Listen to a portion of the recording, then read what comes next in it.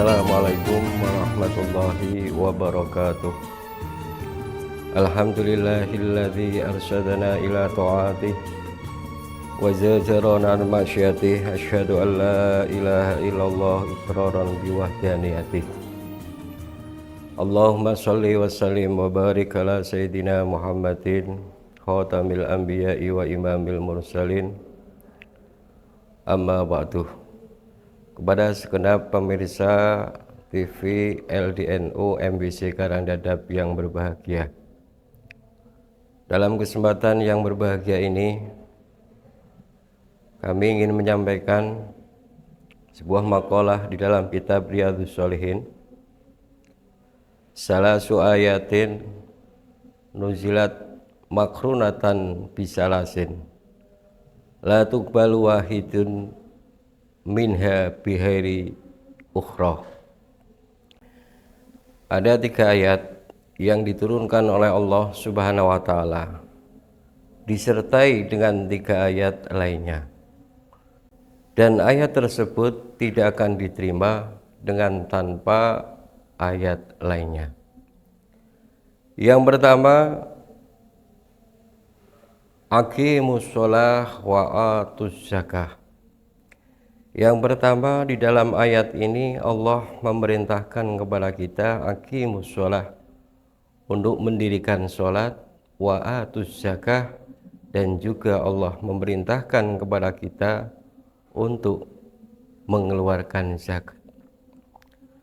Betapa pentingnya kita sebagai seorang hamba untuk menjalankan sebuah perintah yang telah Allah perintahkan kepada kita.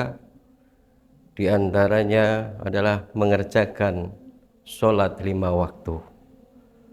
Ini juga ditegaskan oleh baginda Nabi Muhammad SAW di dalam hadisnya yang diriwayatkan oleh Imam Baihaqi, as-sholatu imaduddin. Sholat adalah tiangnya agama. Wa man aqamaha faqad aqamaddin wa man tarakaha faqad hadamaddin. Betapa pentingnya kita sebagai seorang mukmin menjalankan perintah Allah yang berupa sholat, sehingga sholat ini merupakan cerminan bagi seorang hamba bagaimana dia di dalam mengabdikan dirinya terhadap Sang Khalik yang telah menciptakannya, sehingga otomatis ibadah sholat ini tidak bisa ditawar lagi meskipun dalam kondisi apapun. Selagi masih punya akal sehat, dia wajib mengerjakan sholat. Yang pertama adalah perintah kita untuk menjalankan sholat.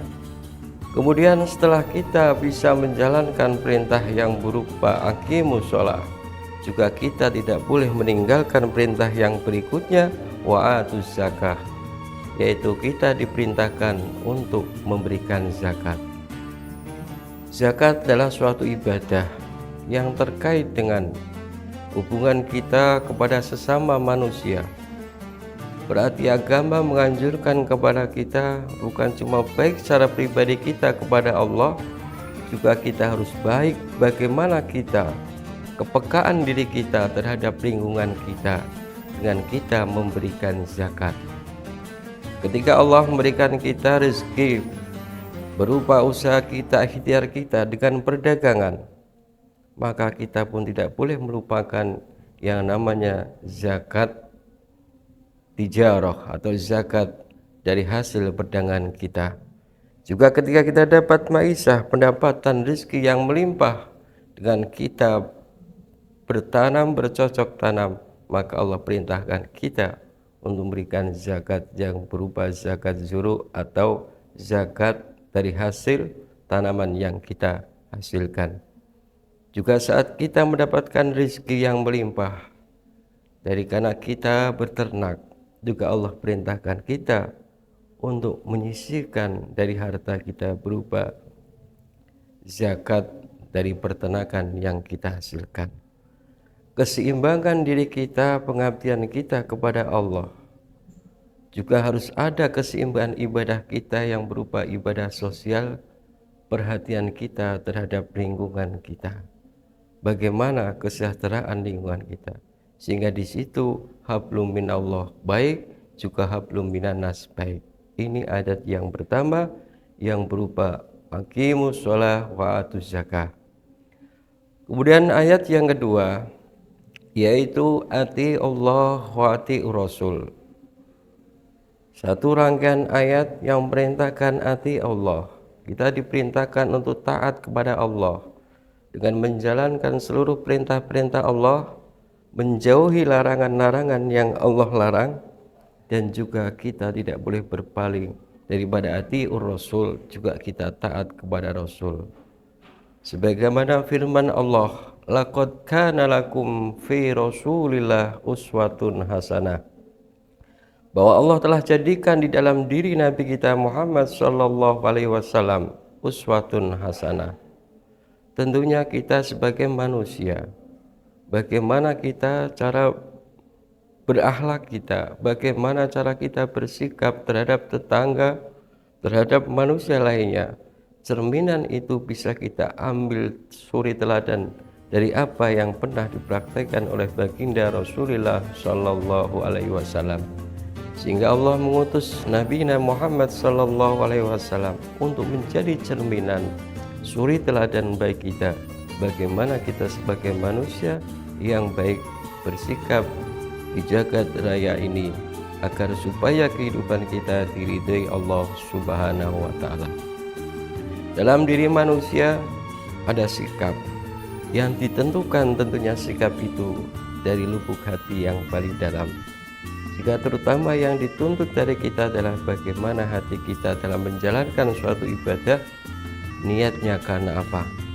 Yang kedua adalah dari perilaku. Perilaku ini adalah cerminan dari hati kita. Ketika hati kita lillah, maka perilaku kita juga akan kembali lillah. Dan juga dari ucapan. Ketika ucapan itu karena lillah, maka apa yang akan kita ucapkan semua kembali kepada Allah. Itu yang kedua, yaitu ati Allah wa ati Rasul. Ayat yang diturunkan terkait dengan perintah kita untuk taat kepada Allah dan juga taat kepada Rasul. Kemudian ayat yang ketiga, anishkurli wali walidayya, yaitu bagaimana kita dituntut untuk mensyukuri kepada nikmat-nikmat Allah. Wali walidayya, juga kita tidak boleh mengingkari kita terhadap kedua orang tua kita. Pertama, Allah Subhanahu wa taala juga berfirman, wa qadha rabbuka alla ta'budu illa iyyahu wa bil walidaini ihsana. Ayat ini wa qadha, Allah telah mewajibkan kepada kita anta budu illa iyah, yang pertama untuk kita senantiasa beribadah hanya kepada Allah.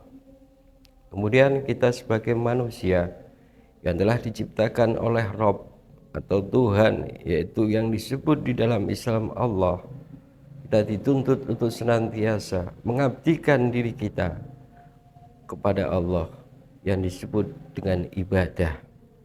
Ibadah konotasinya bukan cuma hanya ibadah yang bersifatkan mahdhah, ada juga ibadah ghairu mahdhah. Ibadah mahdhah adalah ibadah yang telah ditentukan syarat dan rukunnya. Kemudian ibadah ghairu mahdhah, ibadah yang belum ditentukan. Oleh karena itu kita sebagai manusia yang telah diciptakan oleh Allah dengan banyak anugerah, kenikmatan, kita bisa hidup berumah tangga, kita hidup bisa mencukupi segala kebutuhan kita karena nikmat dari Allah Subhanahu wa taala. Sudah sepantasnya kita untuk selalu senantiasa syukur kepadanya dengan mengabdikan diri, perilaku, ucapan, perbuatan hanya untuk mencapai ridha Allah Subhanahu wa taala. Di samping itu, ayat berikutnya wali walid ihsana, kita harus berbuat baik kepada kedua orang tua kita. Bukan berarti kita baik kepada Allah, ibadah kita baik dengan manusia atau dengan Allah, tetapi kita melupakan jasa kedua orang tua kita, kita melukai hati kedua orang tua kita, itu juga yang tidak diperkenankan oleh Allah Subhanahu wa taala. Demikianlah 3 ayat yang kami sampaikan yang diturunkan oleh Allah beserta dengan ayat lainnya. Satu ayat itu kita kerjakan tapi tidak disertai dengan ayat berikutnya, maka ibadah kita tidak diterima oleh Allah Subhanahu wa taala. Demikianlah yang bisa kami sampaikan, kurang lebihnya mohon maaf yang sebesar-besarnya. Al-afu minkum. Assalamualaikum warahmatullahi wabarakatuh.